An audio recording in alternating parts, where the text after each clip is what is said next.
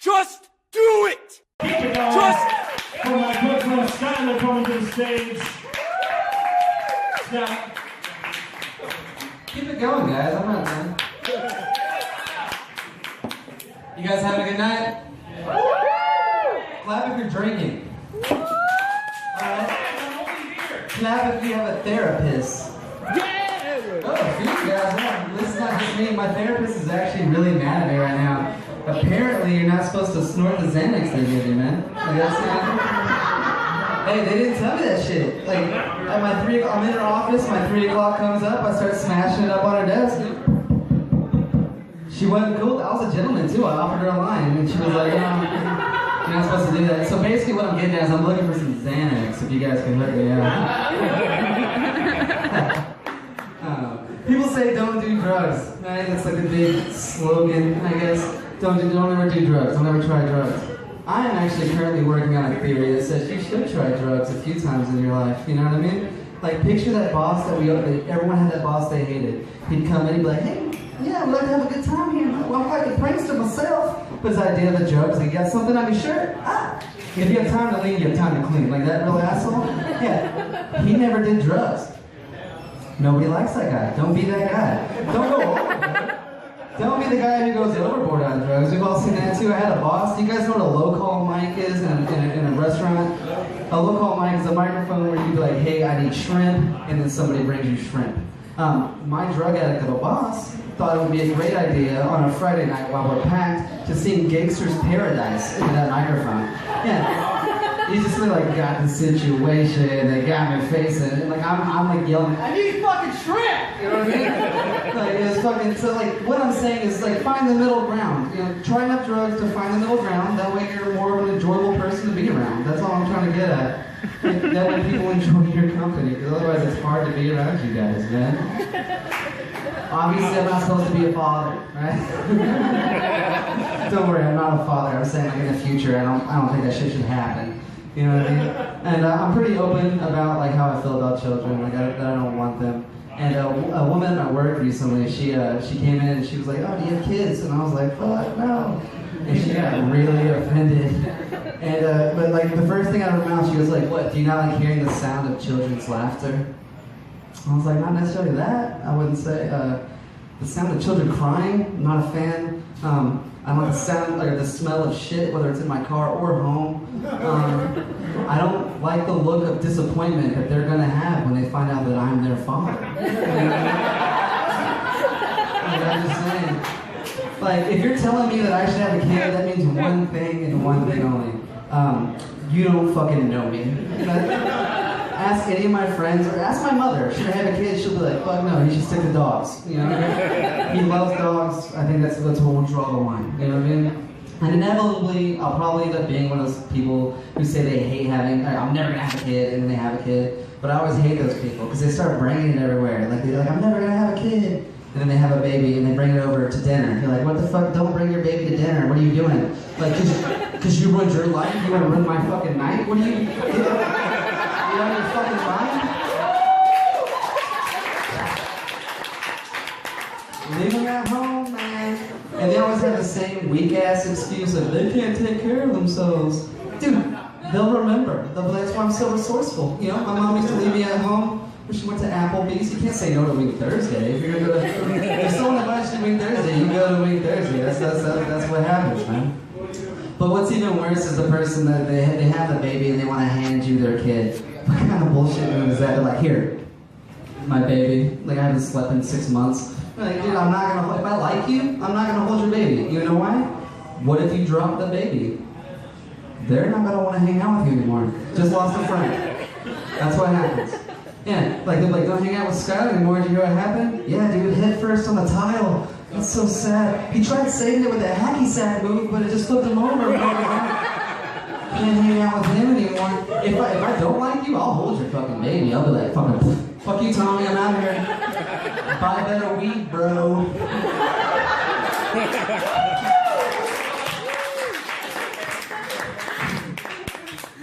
I'm not that mean off stage, but if I don't like you, I'll drop a baby. You do you, I do me, man. That's how life works out, right? But I think there's a lot of people out there that are having kids and aren't supposed to have kids. I just found out that my cousin's about to have a baby, which is, I think he may have had it. I don't know. He doesn't talk to me. But like, he's about to have a baby, but I don't see that person. You know, I don't see the dad. I still see the guy who fucked a jar of peanut butter when we were in high school. You know? Because he got a little too drunk. I know everyone in here is thinking, like, what kind of peanut butter? And everyone's probably on the same page. You're thinking creamy. Nope. Extra crunchy. Blue Label. Blue Label Jif. That's essentially a jar of peanuts that's just kind of held together by peanut butter. You know what I mean? And then he was like, I'm gonna stick my dick in that. And now he has a kid. You know what I'm saying? Like, he's molding the mind of a child, trying to tell him what's right and what's wrong in life. I don't think he should have that job. Like I said, he doesn't hang out with me. I'm sure he's changed. Probably because I do this shit. Could you imagine he was here? I'd be like, hey, my cousin, come out here, man, come on. Yeah, he fucked peanut butter one time. Give him a round of applause. Bring him out. Like, he's like, I can't hang out with that guy. I can't do that. But that's what guys do. When you find out something embarrassing about your friends, you make fun of them, all right? And you can't help it. It's like in us. Like, I have a friend who's a cokehead. He's a cokehead. This joke's so true. It's so hard to do. He's a cokehead. And like, if I have enough extra money, I'll fuck with him. I'll buy some coke. I'll bust it out on the table. And then right as he goes to take his line, I'll sneeze it off the table just to laugh Hey, you're right. That's probably not the best way to help my friend. But it's fucking hilarious. I don't know why he still trusts me. I've done it like 13 times. And he's always like, yeah, not this time. Not this time. I think he's a good guy. But I'm not. And you guys, you've clearly seen I'm not. Like, do you guys ever have weird thoughts? Like I had this weird thought the other day. Like, not even a thought. You ever have someone say something to you that it's not what they said that's weird, it's the person that said it that throws you off, you know what I mean? I was at my drug dealer's house the other day, and I was like, hey, I'm gonna head out. And he goes, all right, man, you have a blessed day. I was like, what the fuck is that supposed to mean, man? I thought he knew some shit I didn't know. I was terrified. And that's a red flag in a drug dealer. You don't want to be scared of your drug dealer. That's not what you want. And I think my mom missed a lot of red flags when I was growing up. A lot of red flags that were going to tell her, hey, this kid's going to want to try drugs. You might want to cut that off. She didn't catch any of them. Like, for instance, the time when I went to the first time I went to the dentist to get dental work done, I asked the dentist, I looked him right in the eye as we're leaving. I was like, hey, man, do you have any of that laughing gas I could take home with me? Like, that shit's really good, you know? And my mom was just like, oh, she didn't even notice. The doctor caught on immediately. He's like, get the fuck out of here, you future junkie. What are you doing? You can't just ask me for that shit. My mom was like, yeah, he's a good kid, I love him. You know? She never caught on. But she would try to catch red flags that weren't red flags. That was like her fatal flaw. Like, I remember one time I went out there, she was sweeping outside, and I remember the first thought, I was like, that's weird. Why would you sweep outside? But she was, and I approached her and I was like, hey, I want to go to church early. And I think that was the red flag. She was like, they're not that fun. No one goes to fucking church early. Like, what? He must be doing drugs. You know what I mean? And it got heated. We started arguing. And eventually I was trying to explain my reason of why I want to go early. You know? And I was like, they had a rock wall. She was like, no church is cool enough to have a fucking rock wall. What do you got in your mind? Stop lying to me, Skylar. I said, I'm not lying. But eventually it got so heated, we're arguing, and I kicked the porch leading up to the house. What a fucking mistake that was, you guys. Because I got hit in the head with a broom. That's what happened to me after that. And like, not hard enough to hurt me, just hard enough to know who like won that argument. You know what I mean? Clearly I lost. And I wish the story stopped there, but it doesn't. Because my smart ass couldn't let that shit happen. I looked my mom in the eye after doing that, and I was like, hey, that's illegal. And she was calm, but mad at the same time. I've never seen that before. She was going, oh, is it? Is it illegal, Skylar? Is it illegal? Before I knew it, she had snatched me by the back of my shirt and started dragging me to the neighbor's house. Now, the neighbor's a lawyer, so I kind of know where she's going with this. You know what I mean? But part of me is like, shit, he might stand up for me. He's a fucking lawyer. He's going to be like, yeah, you can't do that. Are you out of your mind? And that part of me was wrong. He didn't stand up for me at all. Like, he opened the door trying to defuse the situation because there was just, like, my mom is tiny, and he opens the door to see my mom holding me and a broom in the other hand, just like, fuck it. Just mad as shit. And so he tries to defuse it. He was like, hey, what we got going on here? What's all this about? And my mom interrupts him. She was like, oh yeah, he was being an asshole, So I hit him in the head with this broom. He insisted on telling me that's illegal. Is it illegal, John? And I quote, this is what he did. He goes, yeah, I don't see why it would be. And then he shut the door. Yeah, attorney at law. Let that shit, whatever. That led to me getting hit in the head with the broom all the way back to my house. Not hard enough to hurt. Just hard enough to know I was grounded when I got there. You know? I never had the same enthusiasm to go to church, if you will. I was like, I'll leave that shit behind me.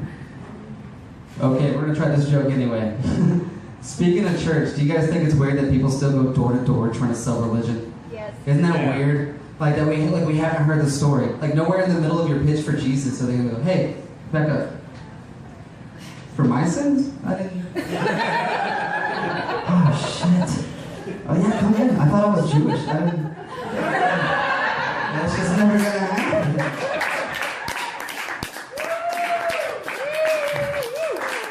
I get the same like weird feeling inside when I come across an extremely religious homeless person. Right? Like, why are you on that team, dude? Like, I feel your judgment. I push it away. I think in order for me to make sense of it in my head, I had to like come up with a scenario. And this is the scenario. I assume that they just adopt that persona. That way people don't judge them while they're just chugging red wine and eating crackers all day. You know what I mean? You guys didn't like that shit at all. Don't get mad. I'm allowed to say it. I'm like, dude, my dad's homeless. That makes me half homeless, right? I have a lot of homeless friends. I'm allowed to say it, so I'm getting on my case for it, man. I want to thank you guys for letting me do this. If you guys are interested in comedy at all, especially comedy here in Amarillo, we do have a YouTube channel called Yellow City Comedy. The three comedians that you saw perform tonight, that we're like the main core of it, but we are looking for more people who want to join. So if you guys want to do that, if you want to follow me on Facebook, you can contact me there. I'm Skylar Potter. And all the stuff I don't want my mom to see, I put on Twitter, which is comedian Skylar Potter. So if y'all can find me there. Thank you.